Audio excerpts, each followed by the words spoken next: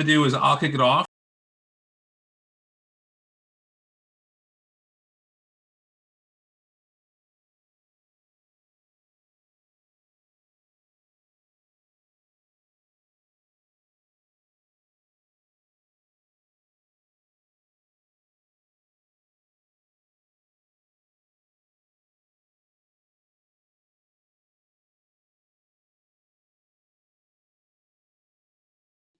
Hey everybody, this is Aaron Price, CEO of the New Jersey Tech Council. In case you're not familiar with us, we are built to empower entrepreneurs and innovators in New Jersey and in the region. And so if you're not familiar with the Tech Council, check out njtc.org, become a member, learn about our events. We do lots of live shows, including one we're doing today. I'm really excited to welcome Mark Kolb. He's a partner at Tech Council Ventures. Mark, thanks for joining us. Welcome to the show. Aaron, it's my honor. Thank you for having me. I'm glad to get these notices on these invitations on very short notice to have a chance to chat with you online. So great. Thanks for having me. I'm curious of your choice of background. What you have a lot of virtual background options. What made you go with the vineyard? Well, I happen to like Napa. I like wine. I collect wine. And that's a shot I took when we were visiting a vineyard out in Napa. Specifically, it's the Staglin Vineyard. Real great place. They contribute a lot of their profits to support of mental health. So real quality people. That's great. Great wine. Before we get into your venture, the venture part of your career right now, I see you on your spare time like to race cars. I do like what and where do you race? I just race a base Carrera, a base Porsche Carrera. I do it with the local Porsche Club of America. I run up at the Lime Rock. That's a track up, I'm sure you've heard of Lime Rock up in Connecticut. I've been out at Watkins Glen a lot, which I like, and then at a couple tracks in South Jersey. Very cool. Who knew? Bit of an adventurer. The thing about racing a car is when you're on the racetrack, let me assure you, you don't worry about anything. There's just nothing in your mind except that next turn. And you can have the most stress in your whole life on every venture investment you've made or every company or this or that. When you're on a racetrack, nothing counts but the next turn. Have you ever crashed? No, never crashed. I will say that there's periodic times when I've run off the track. And generally I just land in grass and the car spins around and but no, never crashed. That's good. I hope you keep that record the same. I hope so. So before you got involved with Tech Council Ventures, you've been an entrepreneur yourself. Tell me about some of the businesses you've been involved in. Okay, I've run 5 or 6 different businesses. One in the pharma IT space, a couple in the healthcare IT space, and a couple of medical device companies. And a few of these companies I founded myself. At least once or twice I had been on the board of directors of a company and was, for whatever reason, invited to take over as CEO. Yeah. We took one business and that I was on the board. It was focused around patient-reported outcomes. And I ended up transitioning into the CEO role. And then we sold that company to Press Ganey, which is, you've heard that's $1 billion player in the healthcare space. Yeah. And how did you get involved? We're raising the profile, I hope, of Tech Council Ventures. But for those who are not aware, tell people about Tech Council Ventures and what you invest in. Sure. Well, so Tech Council Ventures is a New Jersey-based early stage venture capital fund. We are, I would say, technology or industry agnostic, but we've got a couple of main pillars that we invest in. So we'll invest in the areas of digital health. We'll invest in areas of materials and energy, clean tech, and certainly a lot of SaaS businesses. Let me finish one thought. We'll generally write checks in the $500,000 to $2.5 million range up front, and then keep a couple $1 million reserved for add-on. And people say, is that the seed stage or is it Series A? I don't. That's almost a question of semantics to me. It's really a question of check size. And even though we might only write, say, a $2.5 million check, we just did a financing for $8 million where we led with the $2 million check, and then we had strategics invest the other $6 million. So we're certainly capable of a bigger deal, but ourselves up front usually in that $2 million range. Got it. And so what do you look for? Well, first of all, what's the size of the fund and how did you get involved? Hey, it's a $55 million fund. I've actually known my partner, Jim Gunton, for well over 20 years. It turns out when I was running one of my businesses, he was the venture capitalist that came and knocked on my door. He walked in one day and he says, "Hey, do you want some money?" Literally knocked on your door? Well, literally, you'll be happy to know this. He literally introduced himself to me at a New Jersey Technology Council function that I went to. So that was 20 years ago. At one of those functions, and he came, introduced himself, said he was, explained the fund, and he happened to be with Edison Venture at the time, and Edison Venture was the fund that invested in my business at the time. Yeah, and so some people aren't as familiar with the success of Tech Council Ventures, but maybe you could share a little bit about how successful that first fund was. Yeah, I appreciate you asking that because it's really an important fact. Jim Gunton's first fund, the New Jersey Technology Council Venture Fund One, was what's referred to as a top 1% of vintage. And that's exactly what it sounds like. When it comes to specific financial performance, he was in the top 1% with that fund.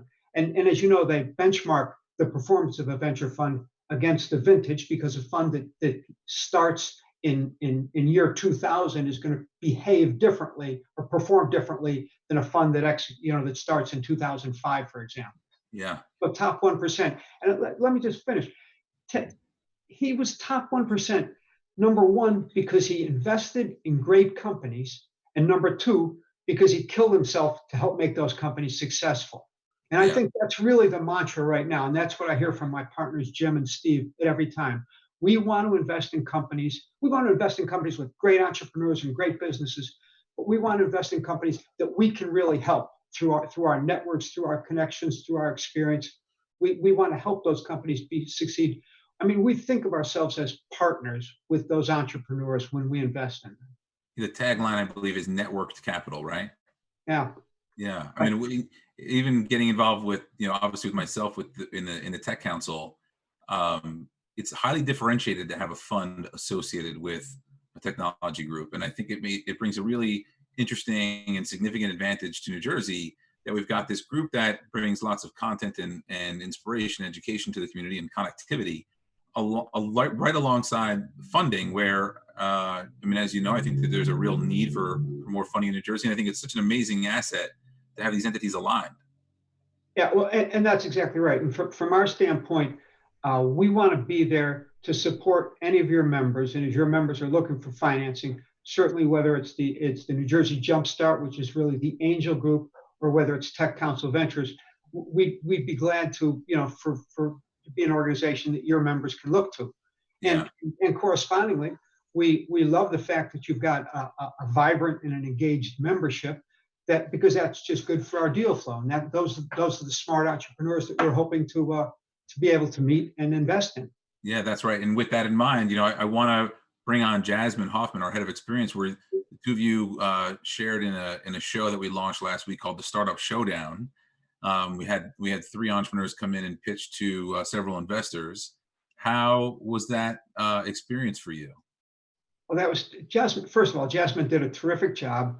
We had myself, plus we had one of the investors, Allison from Newark Venture Partners, and Kelly from Edison. So we had 3 New Jersey-based venture capitalists. Allison lined up. There's Allison, and lined us up with 3 good companies to work with, and it was a terrific experience. In fact, I'm literally going to talk to one of those companies later today as a potential investment. And that's the whole point. I'm sure you meant, and there's Jasmine, who has joined us. Yes, who has joined. Welcome to the show. How's your experience with the council been so far, and especially what did you learn from our first Startup Showdown? It's a loaded first question. So my counsel with the experience thus far has been all over the place. It's been in a great way, like invigorating, where we've been able to pivot. We've seen incredible responses to some of the calls to actions that we've shared out. We've been able to create brand new programs and content all remotely, all from our homes, all scheduled through calls and Zooms. It's been really cool to see people come together digitally, especially as a tech council. Startup Showdown was something that was great to work with TCV on. I think it was an awesome joint venture that we decided to do as a way to not only shine light on growing entrepreneurs and startups in this particular industry. It's a great way to give some investors a great opportunity for deal flow in a time when you're no longer meeting people out at events.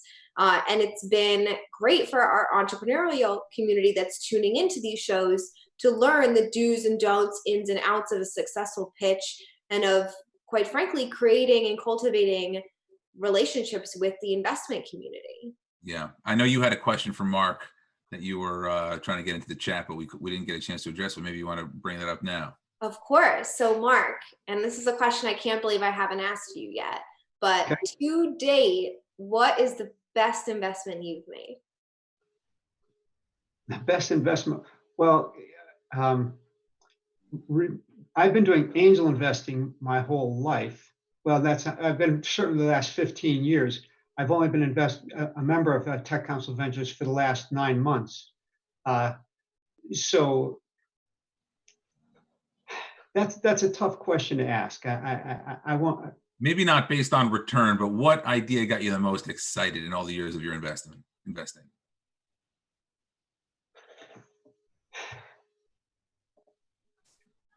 Yeah, I think I'm going to pass on that. I know what I want. I know exactly what I want to answer, and I'm preferring not to answer. That's all right. That's all I'm right. curious to know privately what the answer to that question. We'll have that conversation. I think you'll appreciate. I think you'll understand.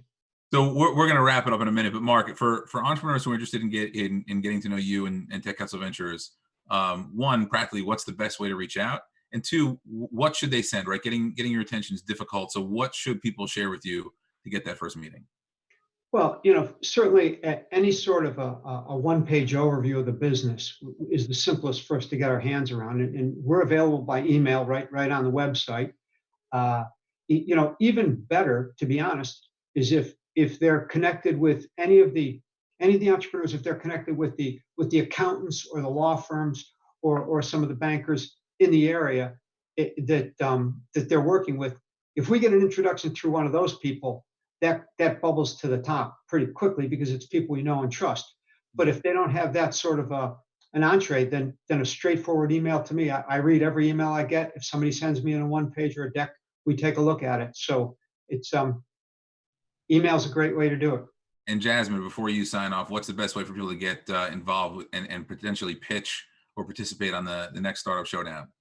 So if you visit njtc.org/startup-showdown, you can apply to pitch on the show. We have our entire series programming schedule up through July with different episodes based on different industries. So you can apply there, and you can always reach out to hello@njtc.org if you want to learn more about Startup Showdown or the council. Awesome. Thanks, Jasmine. We're going to say goodbye to you before I wrap up with Mark. Well, Mark, last thing, what do you think the number one trait is in a successful entrepreneur? Oh, it's all about the individual. It's all about the motivation and drive, and someone who's just going to. Jim Gunton uses the expression. He says, "I like an entrepreneur who's got a chip on their shoulder. Someone who's got this. It's all about the drive that they're going to be successful, and they're going to walk through whatever wall they have to." Yeah. Drive and motivation. Quality is absolute determination. Yeah, exactly. Yeah. Cool. Well, I really appreciate you joining us on the live show today. I'm looking forward to seeing you in the office whenever we can potentially leave our houses again. But for now, enjoy your virtual vineyard. For anybody watching, look forward to seeing you at the next NJTC events. Keep an eye on njtc.org for a variety of shows we've got upcoming, including an economic forecast at the end of this week, an interview with Al Roker, who you may know from TV but may not realize is also a very active entrepreneur. And we'll see you next time on NJTC Live. Fabulous. Thanks so much, Aaron. Thank you.